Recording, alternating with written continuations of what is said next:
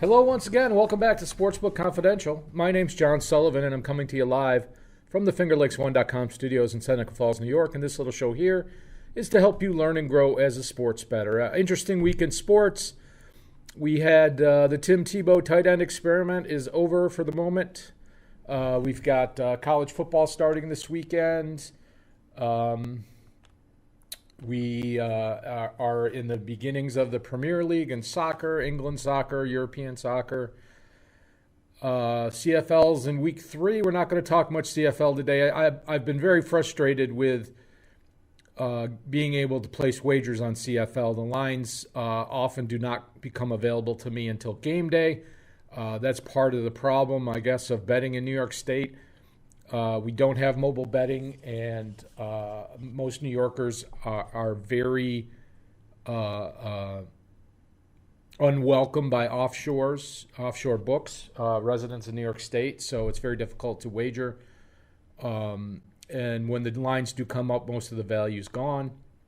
So I'm not going to talk about Week 3 CFL today, but we're going to talk about the NFL preview. We're going to continue with the AFC North. Today we're going to preview all those teams, and then we're going to talk about the college football on Saturday. And we also have a NASCAR race at Michigan on Sunday. And I have, if you wait till the end, I have a bonus pick for you that is completely unrelated to any of those sports or CFL. And you can put that one in your back pocket for October or November. So that's the tease.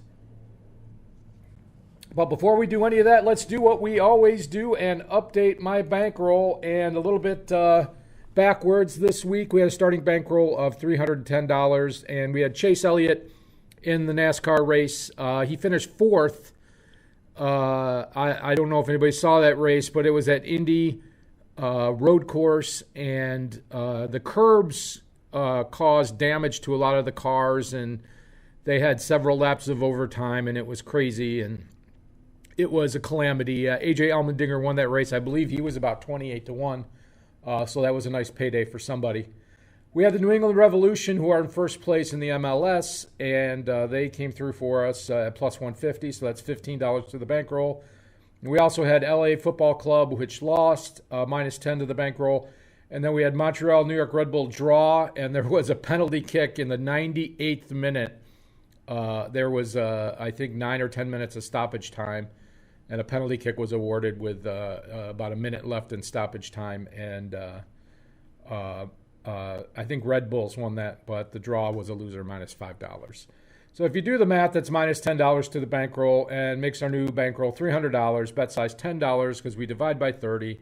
Trying to be selective sports bettors, so we're kind of back where we started. We had a nice little rise up. But football starts in earnest this week. We'll have Thursday college football. We'll have a full schedule next weekend, and then the NFL after that. So there will be lots of football to talk about. And we have just enough time to get our rest of our previews in. So let's move right along to the AFC North, which, of course, if you don't follow the NFL, is the Cleveland Browns, the Cincinnati Bengals, the Pittsburgh Steelers, and the Baltimore Ravens. And I consider this to be one of the more difficult competitive divisions in the NFL. And why is that important? Well, it's important because if you're talking about a team winning a championship, they have to make the playoffs. In order if you make the playoffs, only one team in the AFC gets a bye.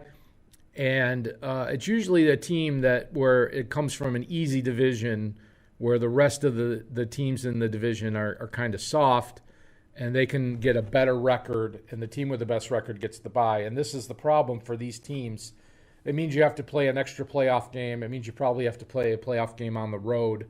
You saw this last year with the Ravens going to Buffalo and losing to the Bills, and that game was in Buffalo.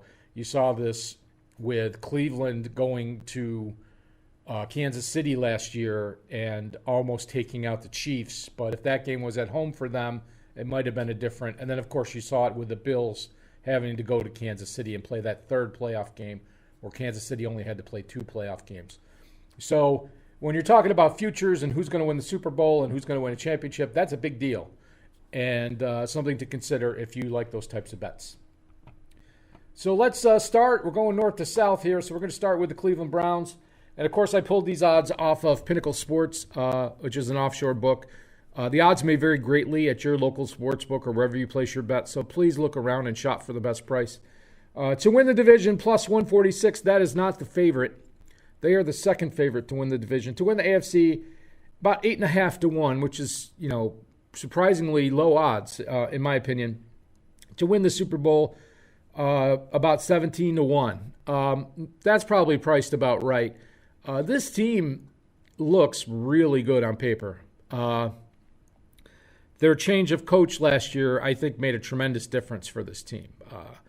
I still have questions about one or two of their players, number one being Odell Beckham Jr. He's always been kind of a me-first player, in my opinion. He's an excellent football player, don't get me wrong. He has world-class skills. I don't know if it's been injuries or just him, not feeling like he's not getting the ball enough. But this team just has a multitude of weapons. And we're going to start with the Bake Show, Baker Mayfield, at quarterback. I think has gotten better every year. He had that one step back, I think his second or third year. But the pressure's off for him now. He has an amazing backfield, a good core of receivers. He doesn't need to feel the pressure to do it himself. He shouldn't. If he does, then the coach is not doing a good job. Case Keenum is the backup. And, of course, I list all these skill positions for you. So you can, if you have a fantasy team or you want to play fantasy football, you can see who's where, what. And then you've got your running back tandem, which is probably the best in the league. If not, it's one of the two or three best. Nick Chubb and Kareem Hunt. And expect them to, share the load and get heavy rotations if this team is ahead. Wide receivers, you got Odell Beckham Jr., Jarvis Landry, Higgins, and Peoples-Jones. 4 solid receiving options for Baker Mayfield. And you throw in Austin Hooper at tight end. That's a lot of hands. I noticed that Peoples-Jones has been a real popular red zone target. He might be a cheap wide receiver for fantasy. Cody Parkey is the kicker. And very solid offensive line, returns healthy. The one thing that the Browns did well in their lean years, if you will, was draft offensive line. They've been very good at picking winners on the offensive line. And that is going to help them tremendously, I think. And then on the defensive side, you've got a very deep 4-3 defense. Myles Garrett is probably the most well-known defensive player. Tough division. Can this team take the next step? That's the real. Obviously, staying healthy is a key here, but they had a solid 11-5 season. They didn't win the division because Pittsburgh started 11-0 on the year. And then they had to go to Kansas City in the divisional round and really had them on the ropes. And can they, recover from that experience and take it to the next level? And I actually think Pittsburgh may take a step back this year, and that may help them. Of course, the Ravens are also in the mix in this division. So this team is, on paper, is excellent. If it stays healthy, it's definitely a playoff team. It's got a lot of respect in the betting market. It feels like a lot of people have put money on this team to either win the Super Bowl or win the division. And we'll just have to see, but I think they finally made a decent decision at head coach, and it's paid off. It's obviously been working for them. So let's move on to the Cincinnati Bengals, and they're kind of trying to emulate what the Browns did over the last few years with drafting Baker Mayfield and getting skilled players. And they have the Joe Burrow, as their quarterback. Of course, he hurt his leg in Washington on that horrible field at FedEx Field and was out for basically the second half of the season. To win the division, almost 25 to 1. To win the AFC, 43 to 1. To win the Super Bowl, 151 to 1. Obviously, this is the long shot in the division. Stranger things have happened, but obviously without Joe Burrow, a healthy Joe Burrow, this team has no chance. If he's not 100% coming back from his injury, it's going to be a very long year. And this team actually, at their skill positions, does not look all that bad. Obviously, Joe Burrow at quarterback. Brandon Allen is the backup, and he is replacement level at best. Joe Mixon is the feature back, and he had a great year last year. Samaje Perine is his backup, but expect Mixon to get a lot of touches. He may be a great fantasy play this year. He's been kind of a fantasy disappointment from time to time, but he was a workhorse last year, and if he can stay as healthy as he was last year, that will produce a lot of fantasy points. Jamar Chase, T. Higgins, and Tyler Boyd are the wide receivers. Of course, A.J. Green has gone to Arizona, I believe. Drew Sample is the tight end, and Evan McPherson is the kicker on the depth chart. Starting right tackle Pierce is returning from an opt-out year last year, so hopefully that will help the offensive line. The offense and defensive line have been huge issues for this team. That's where they need the most help. 4-3 defense returns healthy, but the problem is it's the scoring defense. This team, it seemed like they were giving up 31 points a game every week. Every Cincinnati game I saw last year, they were giving up high 20s, low 30s. You can't win games like that. It doesn't matter what kind of offense you have. This team with Joe Burrow was, when he was healthy, they were good for 21, 24, 27 points. So they need a vast improvement on the line and vast improvement in the scoring defense in order to make any kind of impact. Maybe those changes will come. We will have to see. Obviously, they'll get the benefit of a lighter schedule. But, of course, their 6 division games are 2 with Pittsburgh, 2 with Baltimore, 2 with Cleveland. So, they could easily go 0-6 in the division, although splits are more likely with division rivals. We'll have to see how it all plays out. But hopefully Joe Burrow is healthy. I would like to see him succeed. Very exciting player, in my opinion. And let's move on to the Steelers. And interesting, kind of a mixed bag in the betting market here. To win the division 4-1, to win the AFC 17-1, and to win the Super Bowl about 40-1. And not a lot of respect in the betting market for this team. It started out so strong last year, 11-0, and they finished 12-4, I think, or 13-3, one of those two. Kansas City got the bye. They were 15-1, I believe. So we got Big Ben Roethlisberger at quarterback. Mason Rudolph is currently the backup. And their big addition is Najee Harris from Alabama. Drafted him in the first round. He's going to be the feature back. Benny Snell is going to be the backup. James Conner has left, and I believe he is also in Arizona. We have Deontay Johnson, Chase Claypool, and Juju Schuster-Smith as the wide receivers. The veteran Eric Ebron at tight end. And, of course, Chris Boswell returns as the kicker. No depth on the left offensive line, which means, the left tackle and the left guard, there's nobody behind them on the depth chart. That's always concerning. Obviously, there are backup linemen that can play both sides of the line, but if it's not their natural position, that can be a bad thing if you're a right-handed quarterback, because that's your blind side. But Ben is a tough quarterback to take down. He is not mobile anymore, obviously, but he's a tall guy, can throw over a lot of people, and he's an oak. So we've got strong 3-4 defense returning, and starting linebacker Devin Bush is on pace to return for the season.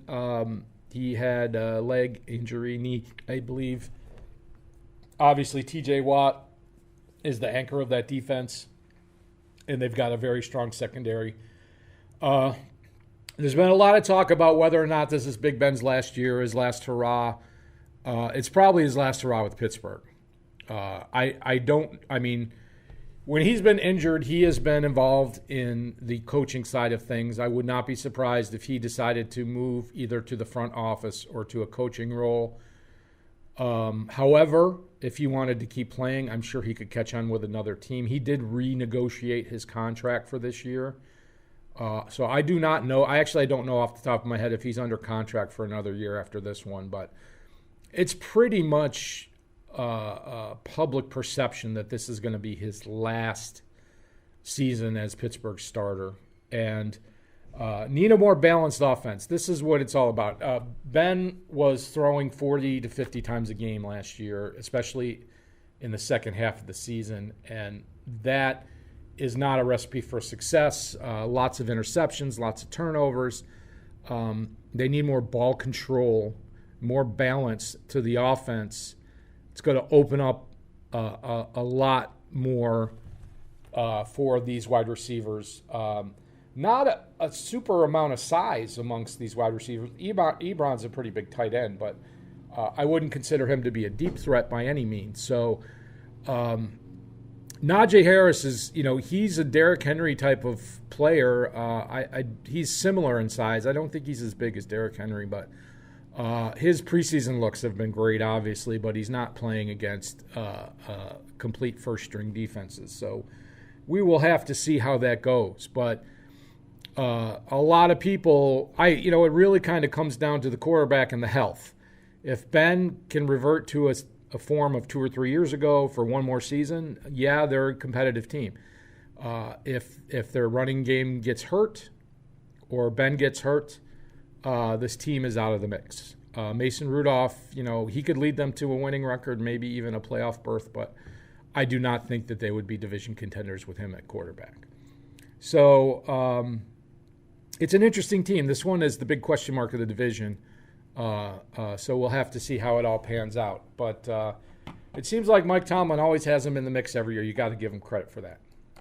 And then finally, let's move on to the Baltimore Ravens. They are the favorites to win this division at plus 119.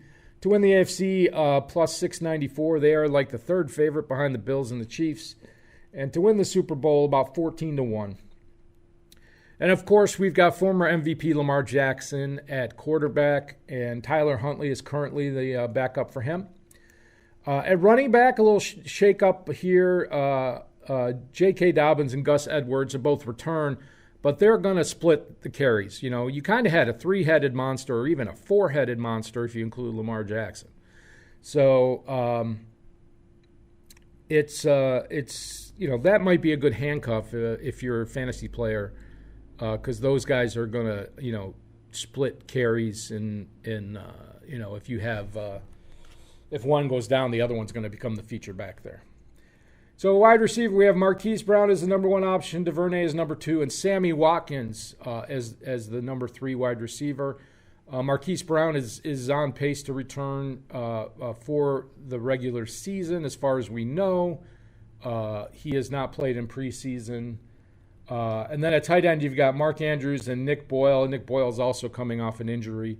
But Mark Andrews is the primary red zone option for Lamar Jackson in the air. He's been a solid fantasy option. He doesn't really have those crazy big receiving yards, but he gets a lot of big catches, and he's their go-to guy. He's really been a tight end that's under the radar. Justin Tucker, perennial All-Pro at kicker.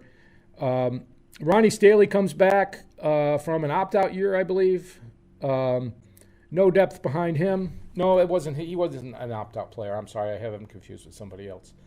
But obviously, he's been a very solid left tackle. So if they would to lose him, that would be bad news on the left side of the line. 3-4 defense returns healthy. Very low. We got one backup at free safety. Last year was a year with a lot of nagging injuries for this team. A lot of players missed some of the season. I think what kept this team from being, a Super Bowl contender last year from the year before is the deep threat.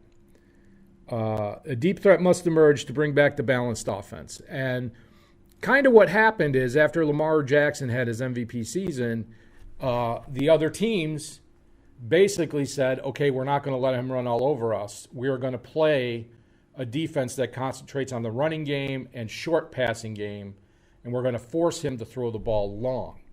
And then when they got rid of players like John Brown, that was a deep threat, that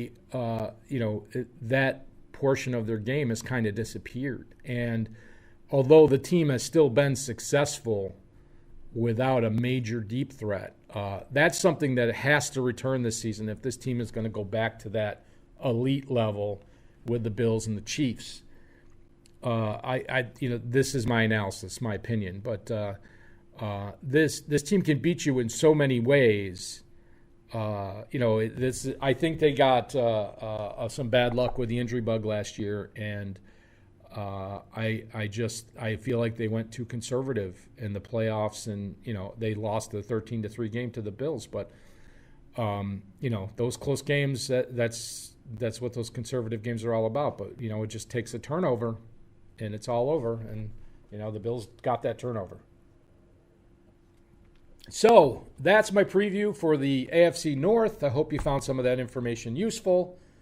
I think it's going to be one of the most competitive divisions, and one injury can shake things up completely.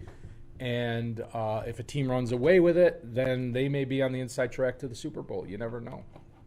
So let's move along. And what are we going to? We're going to go right to college football.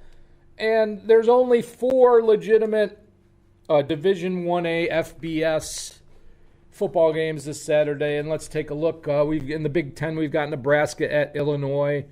Illinois plus 755 is the total. My model, I ran a quick model. I like to tweak it every year, and I don't have enough data to really do that. But using last year's model, my line came out almost exactly at 7, so I'm not touching that game at all. I didn't really analyze the totals,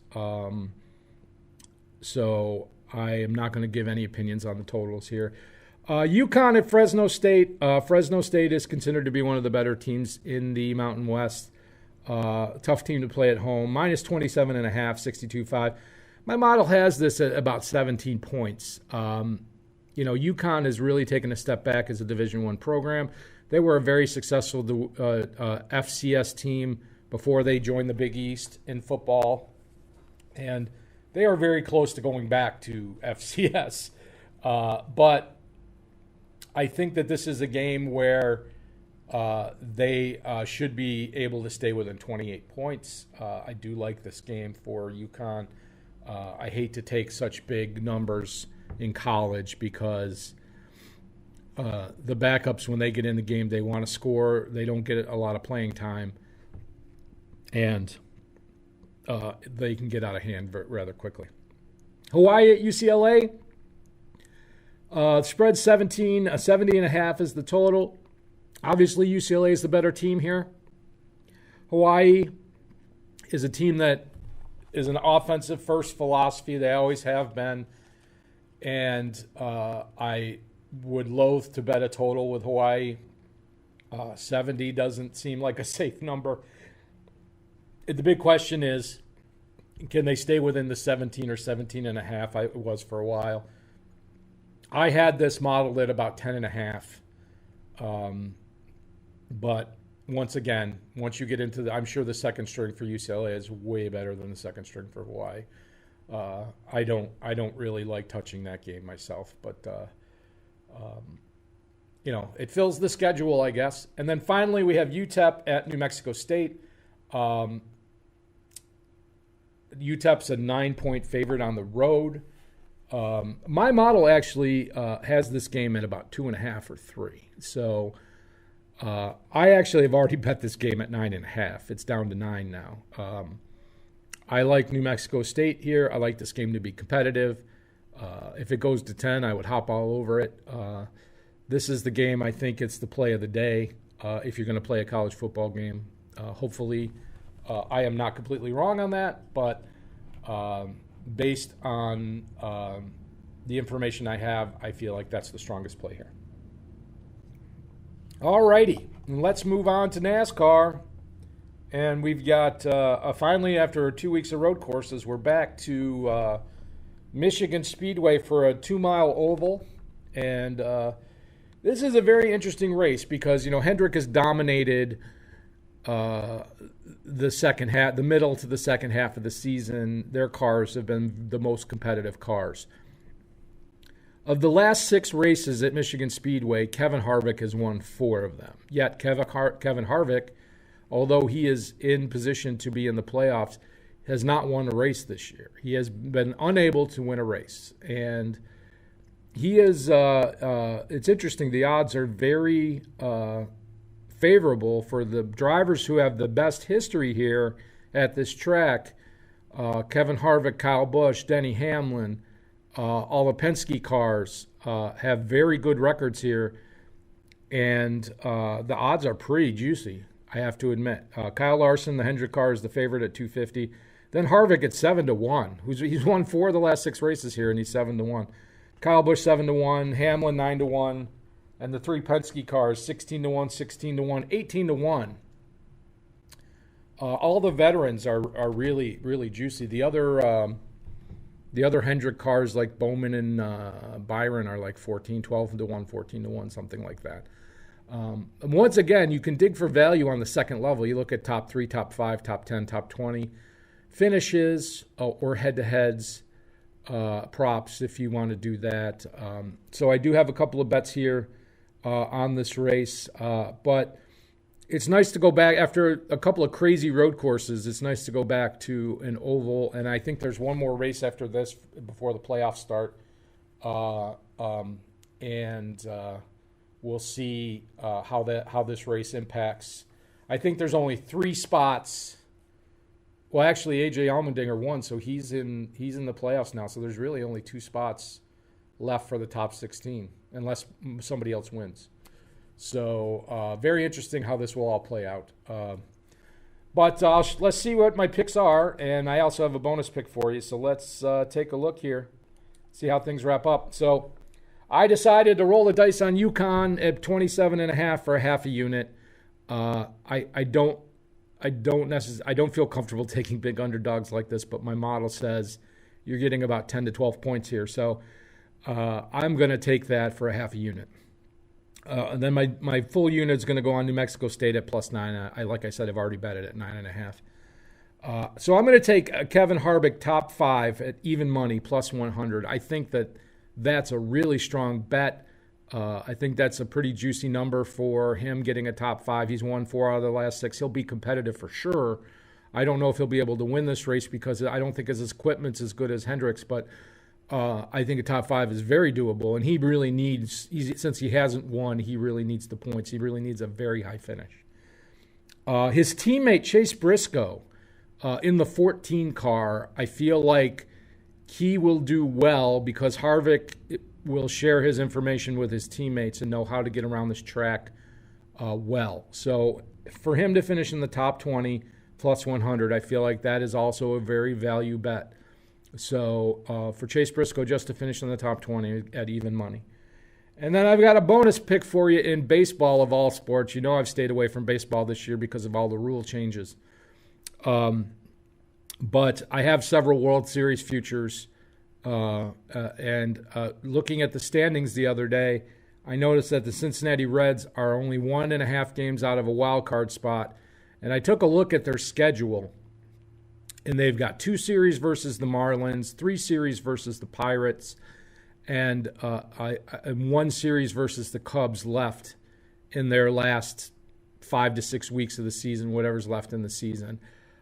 They have probably the easiest schedule left in the National League for the rest of the year.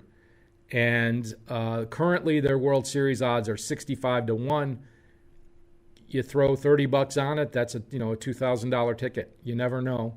I feel like that's an extreme value bet right now, and I'm definitely going to throw a little bit of money on it today when I hit the Sportsbook. So free bonus play for you. That is not going to count to my bankroll. I keep all my futures bets separate from my bankroll. So that is not going to count to the update to the bankroll. But I do think it's a great value bet, and it's definitely worth some pizza money on the World Series there. So hopefully we'll get some winners. I also like Ottawa +11 in the CFL on Saturday. I think they have a really good defense. That's not an official play, but that's just my opinion. Anyway, thank you for spending time with me. We're going to have another preview next week for you. And we'll have some more college football next week. And then once the football season starts, we'll get back to doing sportsbook lessons. And I'm excited to bring some new topics to you very soon. So good luck this weekend. Enjoy the sports. Hope you get some winners. And let me play the outro music for you. And we'll see you next time, folks. Take care, everybody.